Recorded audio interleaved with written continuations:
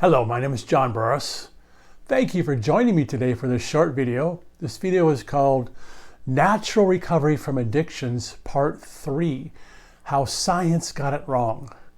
So in this video, it's a 4-part series. This is Part 3. If you haven't watched Part 1 and Part 2 yet, be sure to go back and watch those, and stay tuned for Part 4, where I wrap it up and give you some great suggestions on how to be well and how to heal. And so this whole story we're telling today is a whole other model. You know, the model we're under is a 90-year-old paradigm created by the scientific mind. And it's teaching us that we're diseased, we have a faulty gene in us, we're broken, and that's why we have addictions.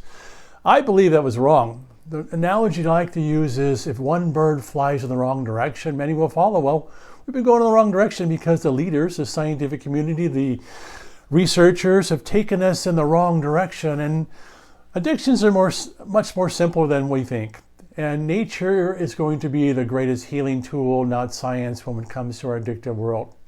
Now, as a disclaimer, I'm not diagnosing anybody. I'm not giving anybody a medical diagnosis at all here. I'm just offering a new idea, a new paradigm to think about as you shift into a greater consciousness, coming out of the victim mode and the consciousness of blaming your biology.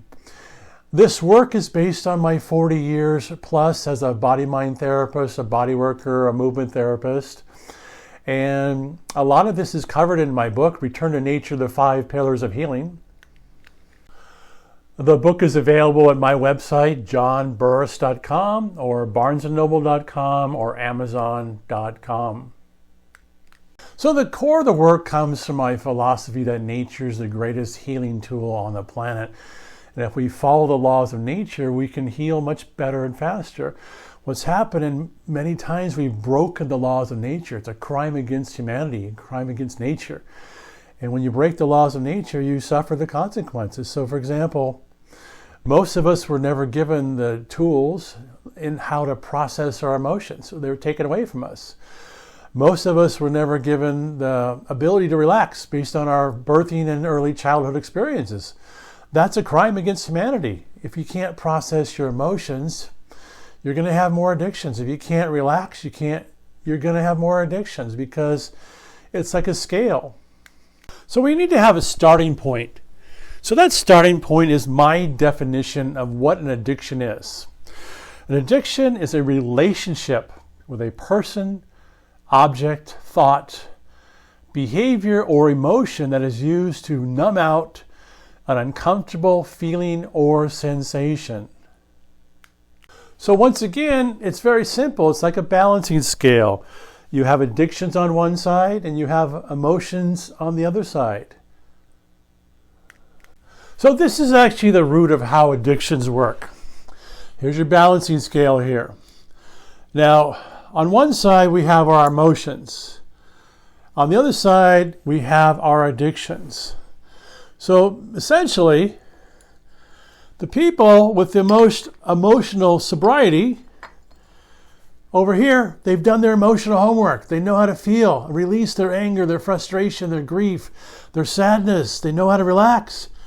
They have very few addictions because they've done their inner work. And that's because either they had great parenting or they chose on their own to do the homework, read the books, go to the therapy, do the workshops, do the inner work, as we call it. I'm not talking about meditation. Meditation is a tool that might be a starting point, but just because you're meditating doesn't mean you're getting to the source of, can I feel and process my emotions? It's really different. So meditation might be a tool, but it's not the best tool for this project. Learning how to feel your emotions, basically, watch a child grieve, watch a young person cry. That's how you learn how to feel. So on this side, we have addictions. So when you're emotionally sober, when you've got emotional capacity and emotional intelligence, you have very few addictions. The people who are the most addicted, though, over here with the most addictions, they're the ones who have no capacity to process their emotions because they either had poor parenting or chose not to do the work. They chose to be addicted. They chose to smoke and drink and do alcohol and drugs and workaholism and perfectionism and seduction. And they're spending their life being addicted to either a substance or a behavior or a character addiction because they haven't done their emotional homework because of many, many factors that we've already talked about. So it's a scale. People who are the most addicted haven't done the emotional homework to process their inner world. So they use things to medicate themselves, send them out. It's a simple scale. The more you practice emotional intelligence and learn the skills, the fewer addictions you're going to have. That's how natural healing from addictions works. I believe the last 90 years or so, science got it wrong. Science has hijacked the addiction world. Science has no business in the addiction world because it's an emotional experience. It's not a chemical experience. You don't have a faulty gene. You don't have a faulty biology. You're making bad choices because you haven't learned how to process your inner conflicts. It's all the choices we're making because we haven't been given the skill for lots of reasons. So we've been going in the wrong direction for a long, long time. Imagine inviting over your car mechanic into your house to cook a 7-course meal. It maybe not turn out so well. Imagine your gym instructor coming over your house and painting your house. Probably doesn't have the painting skills. So in order to cure from addictions, we don't need scientists or medical doctors to do that. They're covering up. They're a compensation model, not a cure model. They're giving you the drugs and the vitamins and supplements to compensate, but not cure. And if you want to compensate, that's fine, but it's not curing. What we really need is people teaching us how to feel and express ourselves and to relax, because that's at the root of addictions. We don't know how to relax, and we don't know how to process our conflicts. Instead of seeking colleges where we're looking for more rocket scientists and lab technicians, we should be looking for more emotionally intelligent people to teach us about intelligence. It should be the greatest field in work ever because it teaches about the human conditions. You know, we just ignore it. We're taught to go to school and then read, write, arithmetic, all this high-tech computer stuff, yet we leave high school, college empty because we don't have an emotional life. We're taught to go take care of it on your own, or we have drugs for that, or you go see your own therapist on your own. What if we taught emotional intelligence in grade school, high school, college? I never received any course in emotional intelligence in any college, any high school class, any grade school class. I had to figure it out on my own. Why don't we teach people about how to be emotionally vibrant, how to relax, and we wouldn't have this addiction problem. It's that simple. For many years, I taught a course called Emotional Yoga, where we would use the yoga experience to get the hard energy out of us, the blocked energy, the anger, the fear, the worry, the grief, and take it out of the body. All of our emotions, if they don't come out, they get stored inside of us. Those heart attacks aren't just about cholesterol. It's about anger and fear stuck in your heart. That lung cancer isn't just about a poor diet. It's about the grief you store in your heart. Well, I taught people how to get the energy out of their body so they have fewer addictions and they have more emotional sanity. Well, why don't we do that? Why don't we train more people to do that? Because culture doesn't want that. Here's what culture wants. There's something called sobriety. And I'm okay with sobriety if that's a course you take. But sobriety isn't healing. It's not curing. Sobriety is addiction to control. The term sobriety is really addiction to control. So once again, if that's the route people want to take, that's fine, but that's not really recovery because you're not recovering anything. It's called the dry drunk syndrome. Well, you're still acting addictively. You just might be addicted to something else. In this case, you're addicted to going to meetings. You're addicted to control. Look at the outside of a AA center, a meeting, a 12-step meeting. You've got people smoking, vaping, coffee, cigarettes, donuts, because they haven't done their emotional homework. They're just trading one addiction for another. So sobriety is really addiction to control. And once again, if that's the course you take, that's fine. But that's not recovery and that's not healing. So let's find a new way. To me, that way is natural recovery from addictions. We're actually working at the source of the problem is why you can't process your emotions and why you can't relax. A lot of the challenge is the recovery industry is a multi-billion-dollar industrial complex. It wants to keep you sick. Early on, when I went to 12-step meetings, I was encouraged to keep coming. They keep saying, keep coming back, you can't do without us. So I fell into this hole of victimhood and, oh no, I need these other victims to keep me in company. And so they keep you in this company of victimhood, blame your biology, because it's a club you have to join. And I decided I no longer wanted to be in that club. I wanted to empower myself and find a new way. But the current model does not teach recovery. It's a billion-dollar industry keeping you stuck, not really recovering anything. The addiction world can often be related to the Dr. Jekyll and Mr. Hyde concept, where we go from one extreme to the other. Imagine you have a conflict at work and you don't know how to process it. Conflict with a coworker or your boss, and right after work you run into the bar, have 4 or 5 drinks, you come home drunk, and your spouse says, "Who are you? I don't recognize this person." Because you crossed over from the in-control person to the out-of-control person. It's Dr. Jekyll, Mr. Hyde. So when you're not in your addictive experience, you look normal. When you cross over, you look like a whole different person, and your friends and family don't even recognize you. They'll say, "Who are you? We don't even know this person." That's what happened with addictions. We cross over into a whole nother personality. There's also an important concept called control versus surrender. Crossing over the magic line.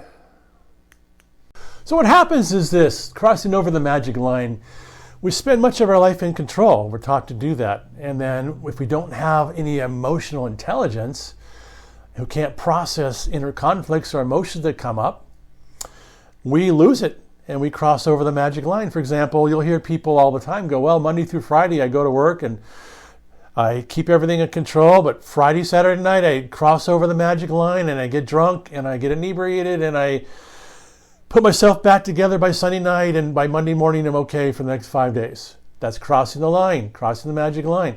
You'll see this with food addicts. Staying in control for 6 days a week, and then they go on the 7th day, it's my cheat day. I can eat anything I want to because they're still addicted to food, but for 6 days they control it. On the 7th day they let go and go cross over the line into being out of control. I've seen this so many often in spiritual religious communities. The control, the prayer, the meditation, the rules, it keeps people in control. And then all of a sudden what happens? The line gets crossed and there's a sexual issue going on, or there's an alcohol issue. I've seen spiritual communities who are besieged with alcohol addictions because they're so in control all the time with their ritual and their meditation and their prayer, and all of a sudden you serve a little alcohol at a party and you have alcoholics pop up out of nowhere.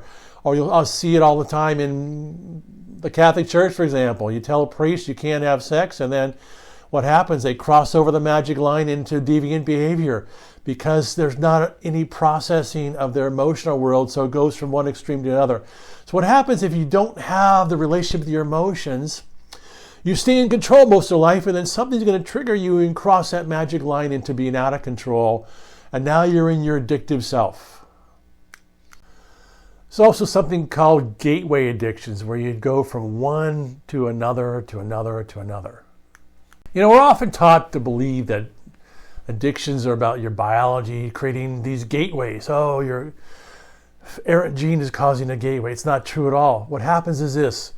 Let's say you start smoking marijuana in high school, and then you hang around other guys, girls smoking marijuana. So you're exposed to new things, and you find somebody who's doing other drugs, who shows you what cocaine's like. Oh, okay, well, I'm already doing this. Let me try that. And then you're exposed to another group of people. And then you say, well, this group of people is doing cocaine. Well, let me try that. So it's the people you're exposed to. For example, the old lady sitting in her room drinking hot tea every day, watching her favorite soap opera, is probably not going to be a drug addict because she isn't exposed to that kind of group. But the guy who's the adrenaline addict, he'll start with addiction to kayaking, addiction to scuba diving, addiction to skydiving, addiction to surfing, addiction to jumping out off bridges and all kinds of things, because you're hanging around people with the same personality using the same addictions and you're being exposed to new things because you're already in that mentality, using adrenaline for a high or using drugs for a high. You've already agreed to that club. And when you're in that club, you're exposed to new opportunities, new choices. So gateway addictions aren't about your biology. It's about you're exposed to new things and you're choosing, yes, I want that. I've already done this. Let's try that. Let's try that. Let's try that. That's what a gateway addiction actually is. There are different types of highs associated with our addictive experiences.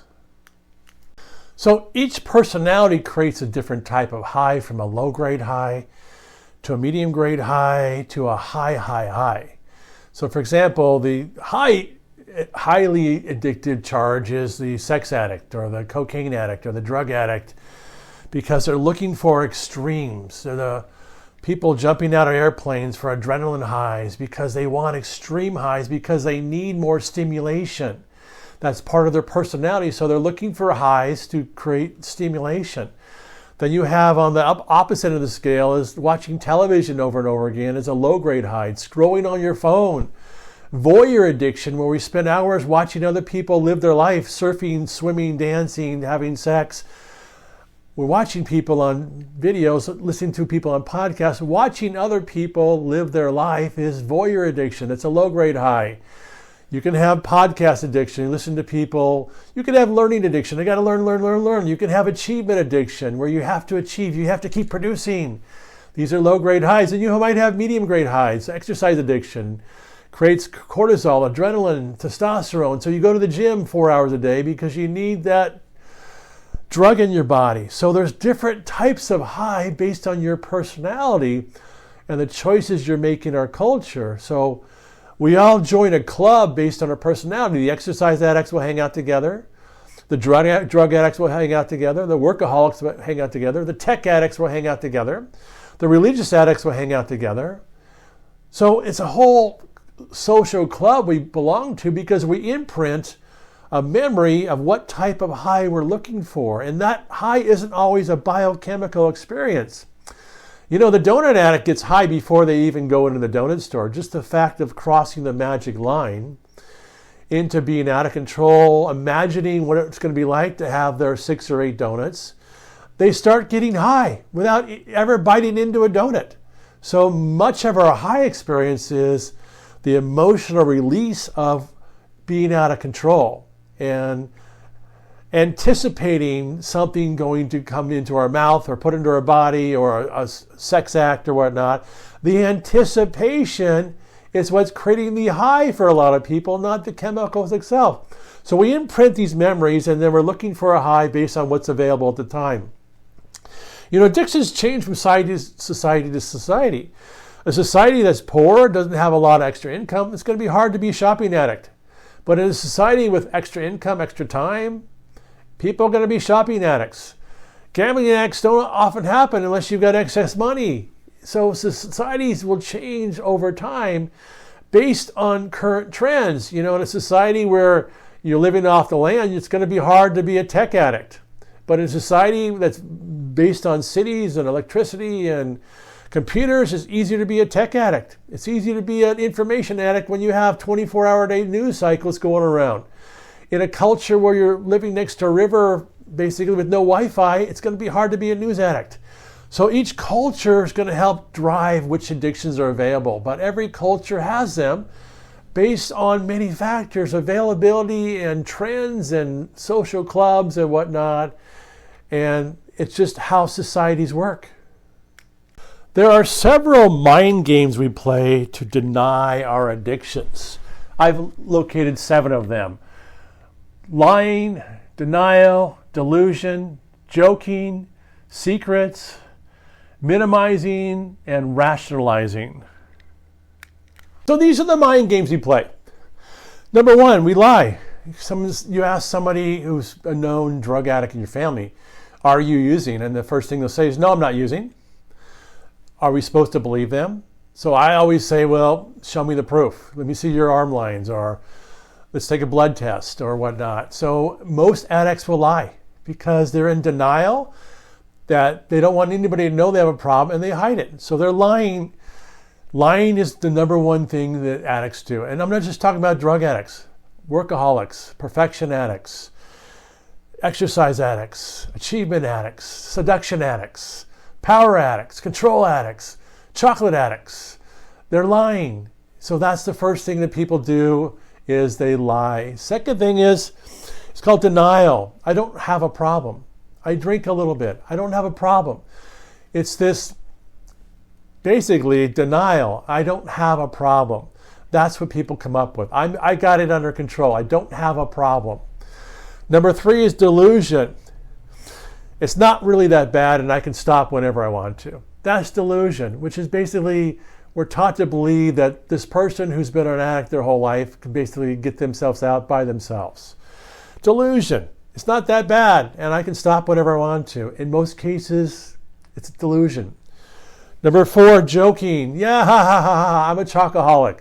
Yeah, I have a couple of glasses of wine. Joking is another way to avoid the reality is you're using something to medicate your emotions. Joking, we do that. Number 5, secrets. It's nobody else's business. You'll hear that a lot from addicts. It's my business, stay out of my business. Nobody else belongs in my business. So that's part of the secret society that goes on. Minimizing as well. We just say, well, I only get drunk once a week. I only smoke marijuana on weekends. I only do this occasionally. That's minimizing your problem. It's another way of denial.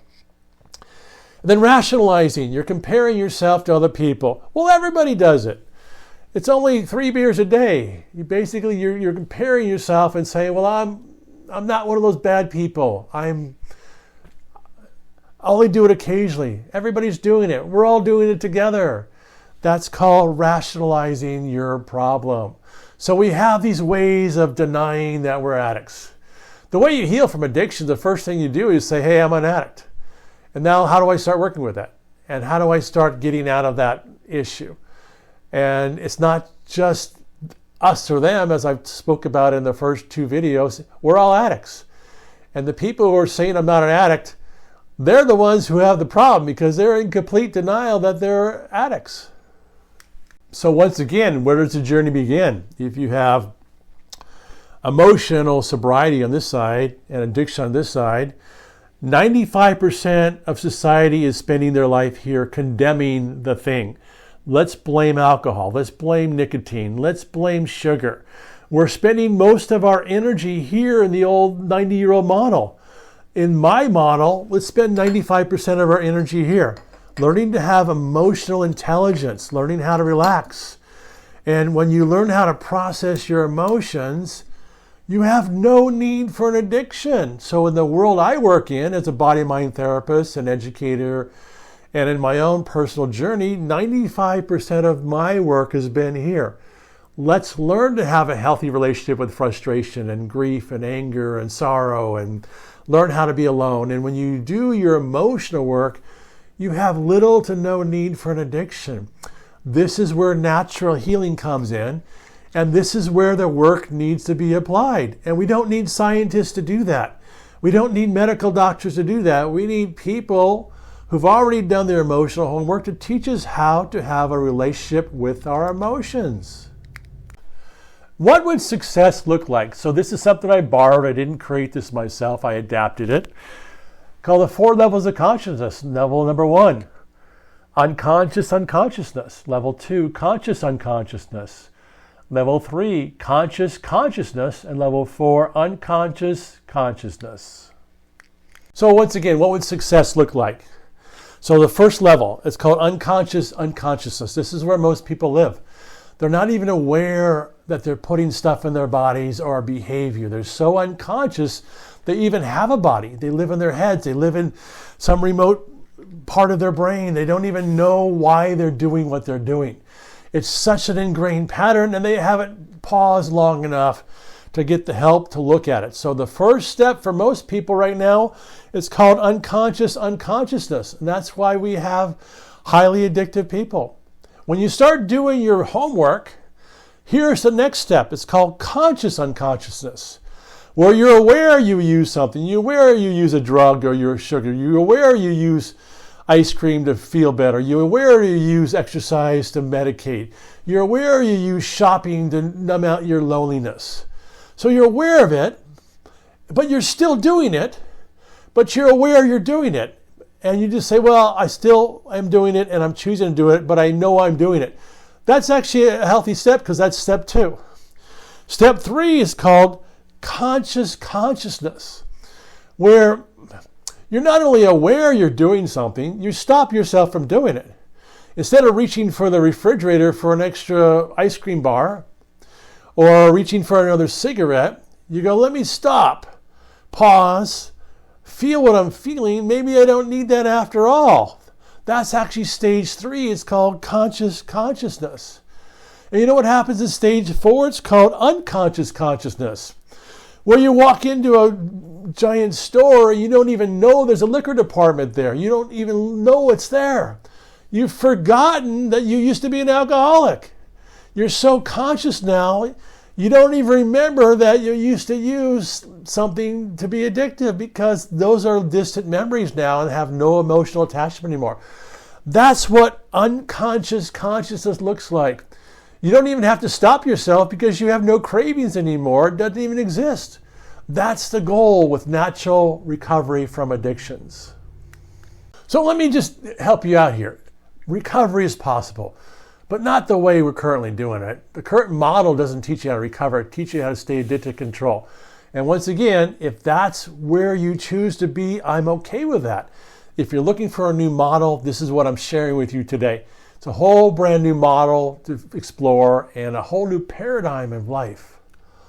So I offer you freedom from addictions, but you got to be on the right side of the scale. You can't keep working on demonizing the addiction part of the scale. It keeps you trapped in a cage, always having to watch your back for that thing that's going to creep back into your life. So freedom means becoming emotionally vibrant and emotionally available. So thank you for joining me today. Stay tuned for part 4 where I go deeper and give you the final solutions here. If you'd like to know more about me, you can visit me at my website, johnburros.com. Please subscribe to this channel for more leading edge videos to come. And once again, pick up my book, Return to Nature, The 5 Pillars of Healing, where there's a whole lot of information available, much more that I can present to you on this video. So thank you for joining me today.